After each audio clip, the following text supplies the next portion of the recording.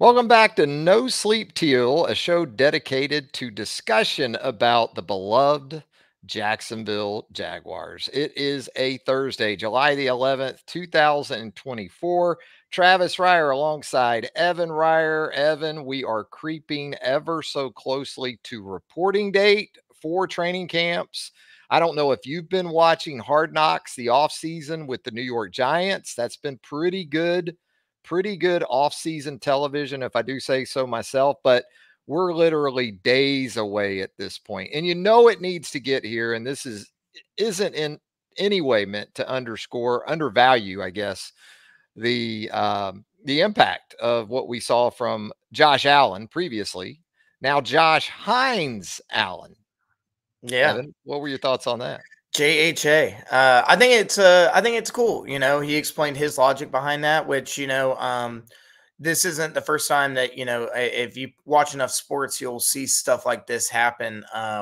There's a player who's now leaving Fulham, the Khan's other team that for a long time went by Bobby Reed and then added Decadova, which is his mom's maiden name, to that. And so, it's not like too crazy, but it's a cool story and it helps differentiate. And, honest to God, I think it looks really cool on the back of the jersey. Like the Heinz, like 5 letters dash 5 letters.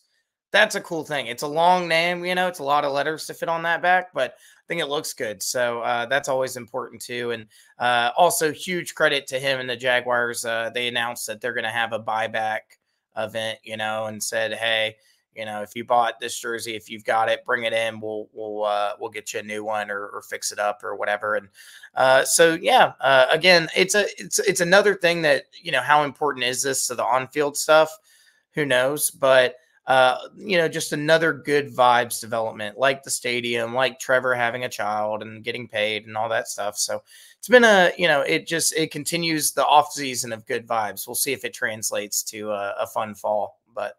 Yeah, cool because it is cool because it's a tribute to Josh's maternal side. And when you read the reports and kind of get up to speed on all the Hines Allens in sports, Yeah. pretty amazing, man. And then Yeah. the Hines themselves, and it's wow worthy, I would say, the lineage and kind of how that has gone about in terms of sports. So it is cool, I guess. Too, you mentioned Josh Allen, the quarterback in Buffalo.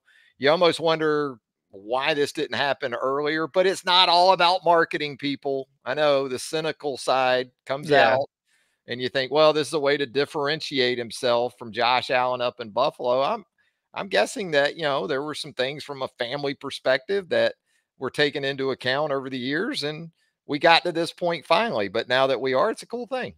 Yeah, and it's also important for people to remember that when Josh Allen first entered the NFL, he was 21 years old, and I don't know about you, but I didn't know exactly all my details were not nailed down when I was 21 years old. I didn't know exactly what I wanted to do or how I wanted to do it or whatever. So sometimes it takes some time. He's got the big contract now. He's kind of established himself in the NFL. Sometimes you have to your life has to change for good, which is basically what's happened over the past 5 years for him.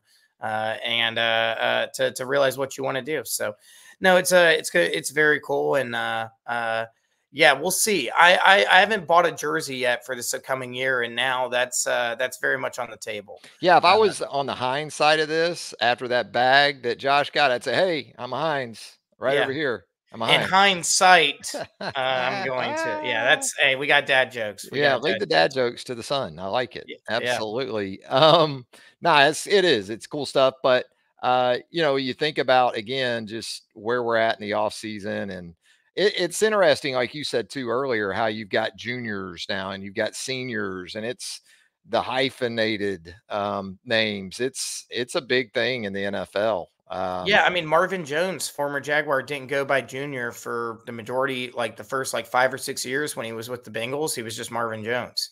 So, I mean, it's a whole thing. We got to give credit to former Jaguar legend, Cecil Shorts the third, always rock from the jump, Yeah. straight out of Mount Union with the third on it. So, reminds me of that a little bit too.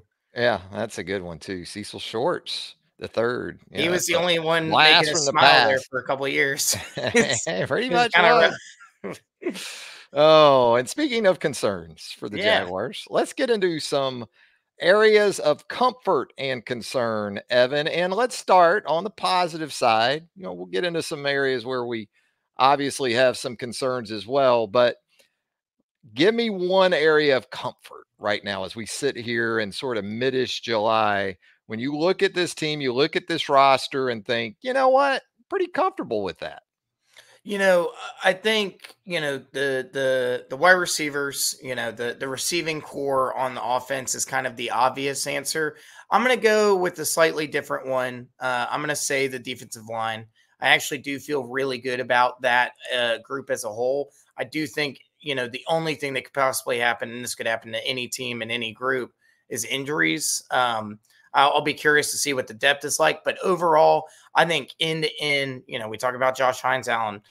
We loved what we saw from Trayvon Walker, the ways that he stepped forward. And honestly, we didn't, I think when we've talked about in the past, we didn't think he was even necessarily at his ceiling or anywhere close to it. So that's really enticing. Arik Armstead is awesome.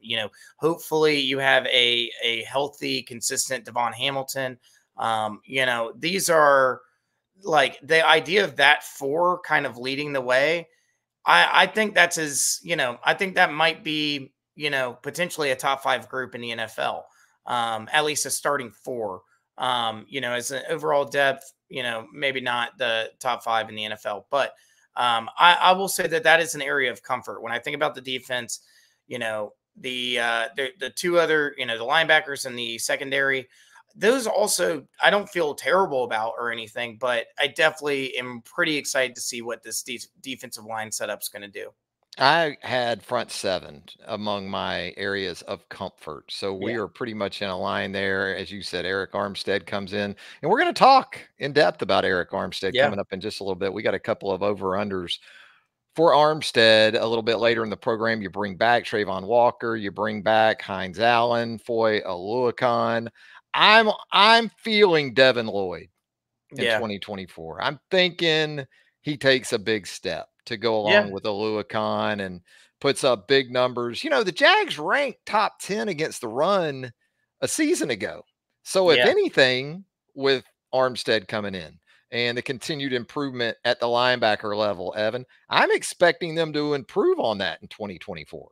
I think so too. Lloyd did take a step forward last year, and again, it's one of those situations where it feels like a lot of the rookies that the Jags have put a lot of resources or high draft picks into have kind of needed. It's not been like this 1 year thing. Like it almost just felt like those have been a loss. Like for example, what happened with Trevor in 2021, and then Lloyd's first season was really rough. I mean, it really just didn't work out super well for him to the point where they were it's not, he was having troubles with like plays and where to line up and different stuff. And then last year, it seemed like he had all that nailed down. He was starting to make some plays. He, popped up in some really big moments. And then now, the natural progression of that would be, okay, let's see it 17 Sundays of the year. Like, let's see it every single time. And I think he can do that. And again, you mentioned Aloakun. When you have a guy that's kind of steadying the ship, the anchor of all that, you feel confident because that's where your brains are at. That should allow Devin Lloyd to just continue to, they can line him up wherever they want. They want to bring him down on the edge to just do something weird, or they want to drop him in coverage. He should be able to really just focus on his one task. He shouldn't be focused on anything other than just completing your objective on that play. Alokun's got all the organization handled. So Yeah, he's the green dot for you. yeah, So you can just play. You should be yeah. able to just play if you're Devin Lloyd in this new defense under coordinator Ryan Nielsen. What about a concern that you have, Evan? We'll go over to that side real quick. If anyone who's listened to the episodes has heard me say that I'm still not sure about the offensive line. I'm still not sure about the offensive line. I definitely, I'm optimistic, and I've talked about how I can be optimistic for it, but there's definitely, definitely an unknown quantity there. I would say the only other like area of concern really is I like I said, this is me kind of, really trying to nail one down on the defense. I think the secondary is still pretty fluid. We have a lot of stuff to figure out. I like the talent and the guys that we've got back there. I think Savage is a great addition. I think Tyson Campbell's going to get back to where he needs to be. But those are both situations that we don't know exactly for sure. Like they're not a given, they're not a lock. And then also, somebody was posing a very interesting question of, I will plug them in a second because I remember exactly who was talking about this. But, um, if Ronald Darby is such a reliable starter, why is he pretty much always moved around like everywhere he's been? And that could be a case of, okay, well, he's just a versatile guy. He's talented and can do various things. But it's also like, okay, well, if this guy who gets moved around a lot is like supposed to be your corner two, or at least a starting, very relevant player, why, are you actually going to feel good about that from game to game? So Jack of yeah, all trades, master of none comes to yeah, mind a yeah, little bit. You can plug him in, but can he get you through an extended stretch? Can he get you yes, through 17 games? I think that's exactly. what you're What about getting you? to. I think for maybe my top concern going into training camp is the offensive flow chart. How does that work? Is it Yeah, Doug? Is it press? Is it a yeah, little bit of both? I mean, we can just talk yeah, about protecting and helping Trevor Lawrence via personnel additions, but if there isn't a high level of confidence and comfortability to what's being piped into his helmet on a snap by snap basis, I think you're still going to be looking at inconsistency at best. yeah. I think that's totally fair. And I honestly was just thinking about skill groups. Now that you put it like that, it's like, yeah, Press Taylor and Doug. I mean, that whole setup, it really needs to make sense this year. Like, and I honestly, I would love for them to, over the course of the next couple months, to be a little bit more open about that. They've been very like, Doug's been asked like, so are you going to call plays this year or whatever? And he's giving these, non-answers. Um, no, that's very much a concern because the Jaguars have plenty of different types of weapons. They have, plenty of talent, but it just feels like it was harder than it needed to be last year. And we haven't necessarily seen anything this offseason, or they haven't told us anything that would make us feel, differently about that. And then also, to just piggyback on that, I mean, we got to see what's up with Ryan Nielsen. I think he's a good hire, but that's another huge unknown quantity. Like we don't. I mean, it's another new defensive coordinator. It's a complete scheme change, or at least like on paper it is. So yeah, I mean the coaching, there's pressure too. I mean this is kind of a year where we don't know, but I mean if it goes south, like I could see them getting rid of Doug. I don't necessarily think that that's what's going to happen, or even what I would want in that situation, but it definitely feels like there's a little bit more pressure on this season. I would say definitely after the 8-3 start, and even Shad Khan's recent comments pointed to, he was asked, I think, about the dynamic of Doug and Press, and he didn't come out and really offer a definitive answer in his opinion to that, but he made it clear he has an opinion about it. Yeah, And he's paying apparently that attention. has been shared with Doug Peterson. So it will be interesting to see how that goes. Back to areas of comfort. I'm going to sort of dovetail off of what you talked about earlier. I'm going new pieces on offense, not just Yeah, the skill guys, which I like a lot, but I think Mitch Morse coming in, perhaps as a 1 or 2 year bridge guy there at the center position, stabilizes some things on the interior of that offensive line. Gabe Davis, Brian Thomas Jr. To me, even Ezra Cleveland has a newish feel to him, yeah, right? Even though for he was sure. around a year ago. I mean, you put these guys with Trevor and Evan Ingram and Christian Kirk and Travis Etienne. I'm feeling pretty good about the offensive pieces. Now, depth wise, you know, it's that way for just about everybody in the NFL. When you're Yeah, carrying 53 guys, 54, whatever, everybody's concerned about depth. So, but I like the offensive makeup of this team as apocalyptic as it felt when Calvin Ridley took his talents to Tennessee. I think the Jags as a unit on offense may have very well upgraded. I think this group too can be more explosive than it was a year ago. That's what I was gonna say. It just feels like the pieces right now all feel more, I don't know, like they're all bringing something distinctly different. You know, uh, Evan Ingram obviously brings, just a completely like, almost hybrid tight end quality. Christian Kirk should be able to still be doing the shallow underneath stuff where he's at his best. Brian Thomas Jr., we talk about how critical it's going to be for him to really spread out the defenses, expand the field. And then, Gabe Davis, also is more explosive, I think, than Calvin Ridley was. That being said, I don't think Gabe Davis is as good as Calvin Ridley. I'm definitely not saying that.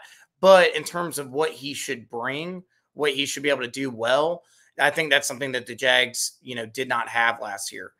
So you've got two guys that are supposed to be long shot, explosive type players. And that was the thing last year where it's like, well, the Jags offense every now and again was humming. It just felt like that anything over 20 yards was really not going to happen for them because really just couldn't take the top off defenses. Like he doesn't have that speed. He has fantastic lateral movement, fantastic footwork, route running, all that different stuff.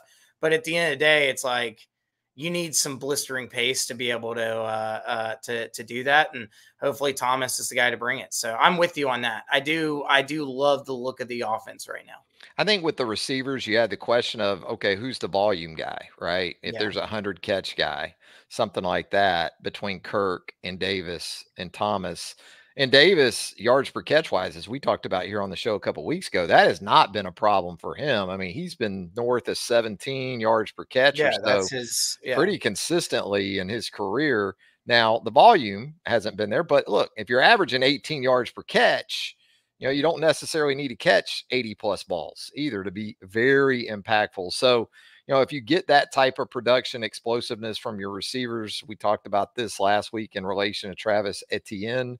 That's going to help him find space, create space for him as well. So, a lot of things to consider there. What about another concern that you have for this team at this point of the offseason as we head into training camp here in the next couple of weeks? I'll go secondary.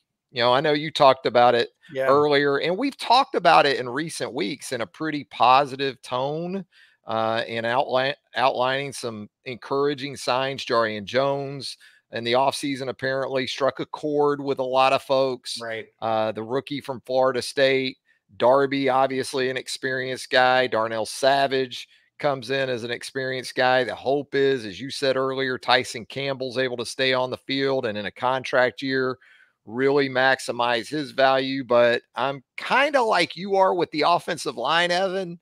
That's still sort of me with the secondary because the Jags ranked what 27th in pass D a year ago. Yeah. And They got again, lit up. I do feel like they have improved themselves, all things considered, on the back end. But I'm sort of Missouri on that one. I'm the show me Show state. me. Yeah. I need to see it a little bit, I guess. No, I feel the same way. I think if I had to list one more concern, it would be I think I'm curious to see how like the Jags love to talk about how well last season's collapse is really driving this team to be better. Like everyone's been saying that all offseason. That's another thing where I'm like, I need to see that because your season opens up this year with a gauntlet. So if you're serious about like, well, we're not like blah blah this, blah blah that, like, okay, well, like that energy better be present from week one. I think that's really the main concern is how does this team get out the gate? How is this team preparing?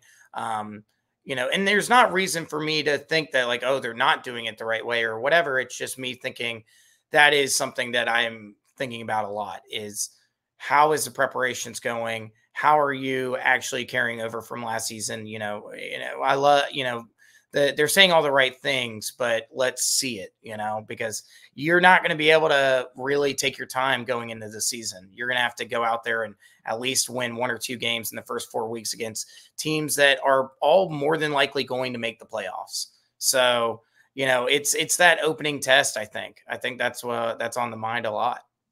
Do you have maybe an area that is a comfort and a concern? Maybe same simultaneously. I'll give you one. Cam Little.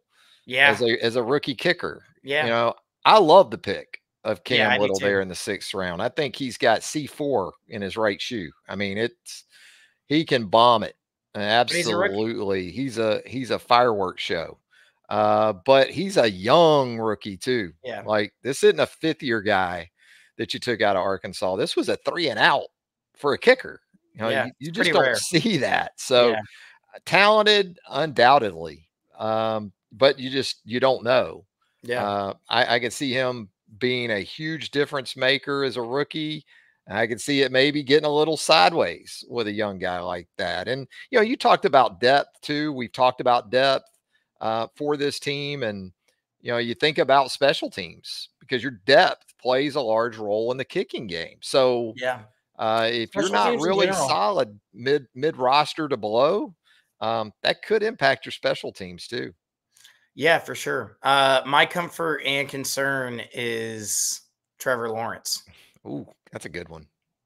Because yes, I do think that this is, I think the Jaguars made the right move. I think you have to hitch your wagon to a guy with this kind of skill. Um, but at the same time, you know, last season, I know he was banged up, but it wasn't affirming or reassuring. It wasn't like, oh, well, this season had a bad end, but Trevor played out of his mind. It was Trevor kind of fell with the Jags. And again, those injuries are a big factor, but his And health, injuries to people around him too. yes, of course. Yeah. His health and just general play is yeah, a comfort and concern. I feel like anytime he's on the field, we can win that game. Like, and that's a great feeling. And even this is the first time I would say, like, I like Blake Bortles or whatever, but like this is the first quarterback in a long time where the Jags can be down late. And I'm like, well, we have a chance because this dude might just throw like 3 dimes and we're back in. We saw it against the Ravens, the Cowboys, the Chargers in 2022. We didn't see it so much last year, but yeah, that's what I would say is, yeah, Trevor Lawrence makes me think we can win any game, but he also makes me think that he might lose this one or two. So yeah, That's a good one. I think it's legit for sure. yeah, And you know, I talked about the injuries around Trevor, but look, when you're a $50 million quarterback, nobody wants to hear that. yeah, You know, exactly. $50 No million more. dollar Yeah, quarterbacks, the thought is whatever boats you've got around you, you lift them. And that's pretty much the standard moving forward for Trevor Lawrence. Hey, we've talked about Arik Armstead on the yeah, program so far today. You know, and we both lauded the move, and I still do. But when you kind of research the last couple of years for Arik Armstead, you can kind of see why, and the numbers are what they are from a salary cap perspective and what teams have and what they don't have to give to folks or to pay folks. I know Arik Armstead felt like he was disrespected in terms of the offer that the 49ers provided to him before he was released.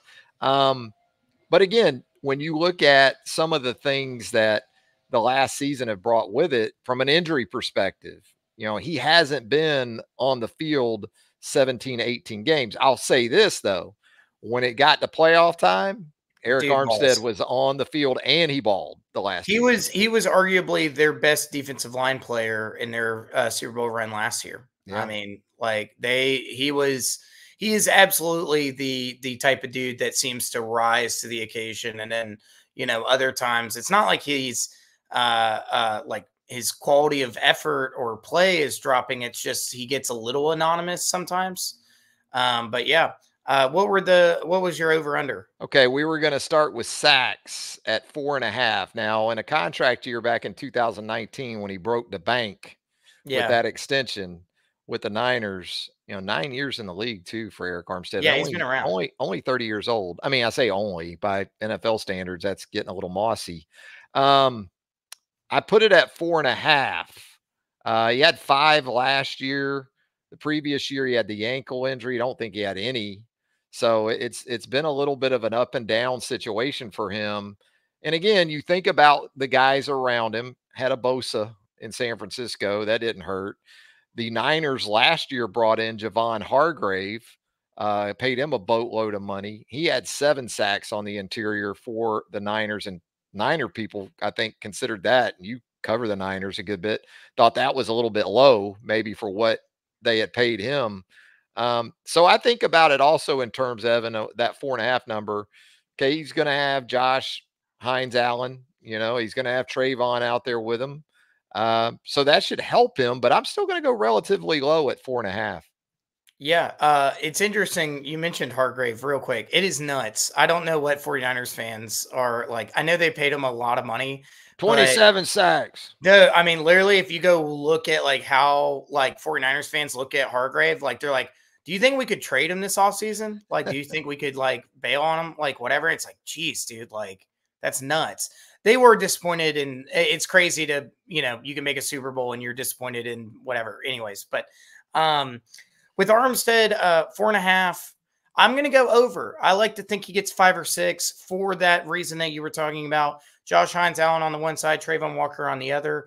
I also just think that maybe, I think that maybe a change of scenery, like he's with the 49ers. I mean, he really was like kind of third fiddle. Like obviously when you're playing these different positions, there's no such thing as second or third fiddle really. But I think there's going to be more space for him to really be a dominant presence on that line. And, I also just want to believe, I think just there is a part of me that's like, I continue to see the similarities to the Calais Campbell signing, when that happened in 2017. And I like to think that, okay, this is about to basically, it's going to be him and Alokan really leading the way on that defense.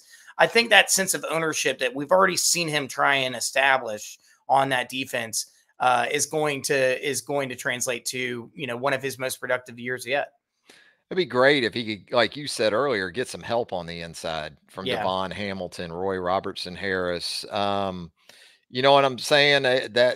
because the focal point of offensive lines, and I do think Hines-Allen helps with this and Walker helps with this. You can't double everybody, Right. but you can sort of slant your protections, shift your protections a certain way that maybe help you account for Armstead in some passing situations. And I guess, again, I go back to age, 30 years old. He had a meniscus last year, he had an ankle the year before. The legs always worry me with aging Yeah. players, and especially linemen, defensive linemen, and running backs, those type of guys. So, but I still think it's a good signing. And I think for what the Jags invested, it was relatively safe. And if Armstead truly does feel disrespected and has that chip on his shoulder, a Let's couple of see. years, get a couple of really good years out of him. Yeah. I mean, like I said, it's literally the same strategy as what happened with Campbell was because, when Calais was leaving Arizona, there was kind of this idea that he was kind of past his best, and that, he wasn't really that fantastic of a, like pass rusher even because Calais didn't have like a ton of his like most sacks in a season were all with the Jaguars if I remember correctly. So Mhm. no, I want to believe. I think it's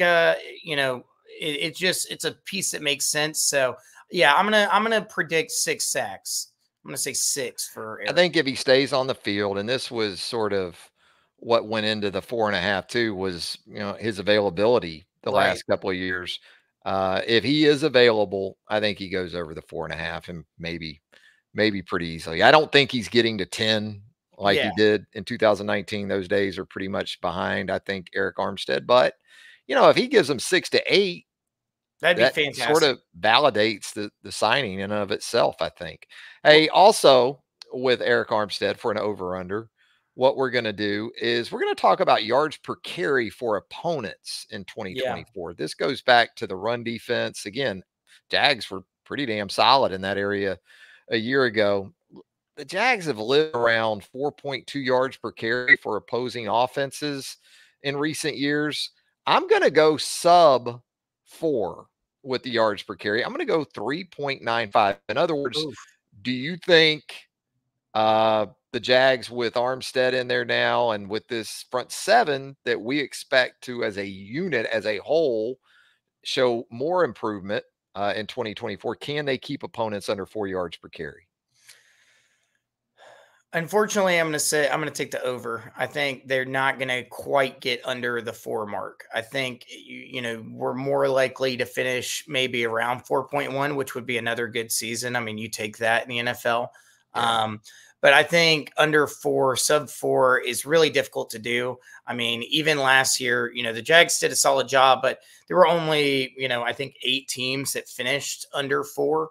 They got to, 3.8, 3.9 or less. And those are teams that, interestingly enough, you don't even think about as having like amazing, like run defense. Like, for example, the Tennessee Titans. I mean, they have solid players, but that's surprising to me that they finished 3.8. The Detroit Lions have like a talented defensive line, but you also don't think that they would get to a 3.7. And the damn New England Patriots somehow went through the season with 3.3. I don't know I how think that. everybody just was intent on lighting them up on the back Yeah, end, maybe. and they also play in the AFC East. I think that's another thing to consider, I guess, like, the Who are you Jags, playing? I'm going under for one simple reason as we get into this.